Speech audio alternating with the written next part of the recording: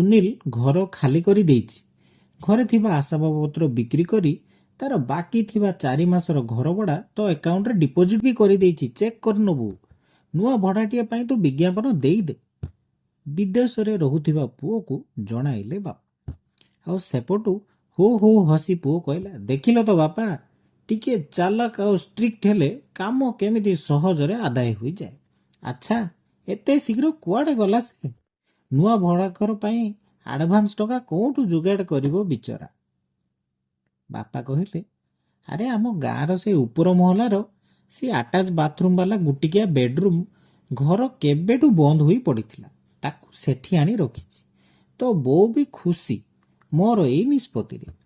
ରୂପା ତା ନିଜ ଆଡ଼ୁ କହିଛି, ଏଣିକି ରୋଷେଇ ବାସ ଓ ଆମ ଦାୟିତ୍ୱ ତାର ବୋଲି। ସେମାନେ ଭାରି ସ୍ନେହୀ। ଖୁବ୍ ଖୁସି ମନରେ ଏସବୁ କଥା ଶ୍ରୀମନ୍ତ ବାବୁ କହୁଛନ୍ତି ବୋଲି ବୁଝିପାରିଲା ପୁଅ। ଆପଣ ଏମିତି ମାଗଣାରେ ଗୋଟେ ପରିବାରକୁ ଆଣି ଘରେ ରଖିଲେ? ଆଶ୍ଚର୍ଯ୍ୟ ହୋଇ ସୌରଭ ପଚାରିଲା। ତୋ ପାଇଁ ଟଙ୍କା ସବୁବେଳେ ବଡ଼ ହୋଇ ଦେଖାଯାଇଛି। ସବୁ ଜିନିଷକୁ ଟଙ୍କା ପଇସାରେ ତଉଲା ଯାଏନା। ଦୁନିଆରେ ସ୍ନେହ ପ୍ରେମର କିଛି ମୂଲ୍ୟ ଅଛି କି ନାହିଁ?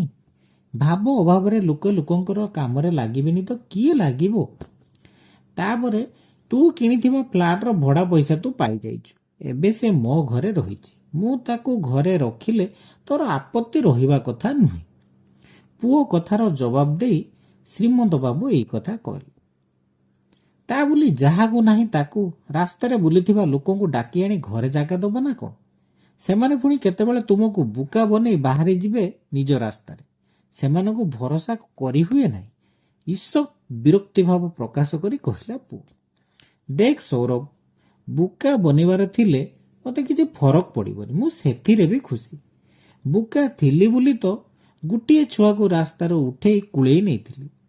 ଏମିତିକି ତାରି ମୁହଁକୁ ଚାହିଁ ନିଜ ରକ୍ତର ପିଲାକୁ ସଂସାର ଆଣିନଥିଲୁ ଆମେ ଦୁହେଁ। ହେଲେ ସେ ପୁଅ ତ ଆଜି ନିଜ ସୁଖକୁ ପ୍ରାଧାନ୍ୟ ଦେଇ ଆଉ କାହାର ଭଲ ମନ୍ଦକୁ ପାଶୋରି ଦେଉଛି। ତାକୁ ତ ଠିକ୍ ସଂସାର ଦେଇପାରିଲୁ ନାହିଁ। ଏବେ ଆଉ କାହାଠାରୁ କ'ଣ ବା ଆଶା କରିବୁ? ନିଜର ଅତୀତ ଆଉ ବର୍ତ୍ତମାନର ମୁଖା ଖୋଲି ଦେଇଥିବା ବୋକା ଲୋକଟିର କେଇ ପଦ କଥା ସୌରଭକୁ ଏକ ଉଚିତ ମାର୍ଗ ଦେଖାଉଥିଲାର ଏକ ପ୍ରମାଣ ଯୋଗାଉ ଦେଉଥିଲା। ହଉ, ତୁ ଫୋନ୍ ରଖ, ମୁଁ ଯାଉଛି ମାଛ ନେଇ ଆସିବି। ଏତିକି କହି ରଖିଦେଲେ ଫୋନ୍।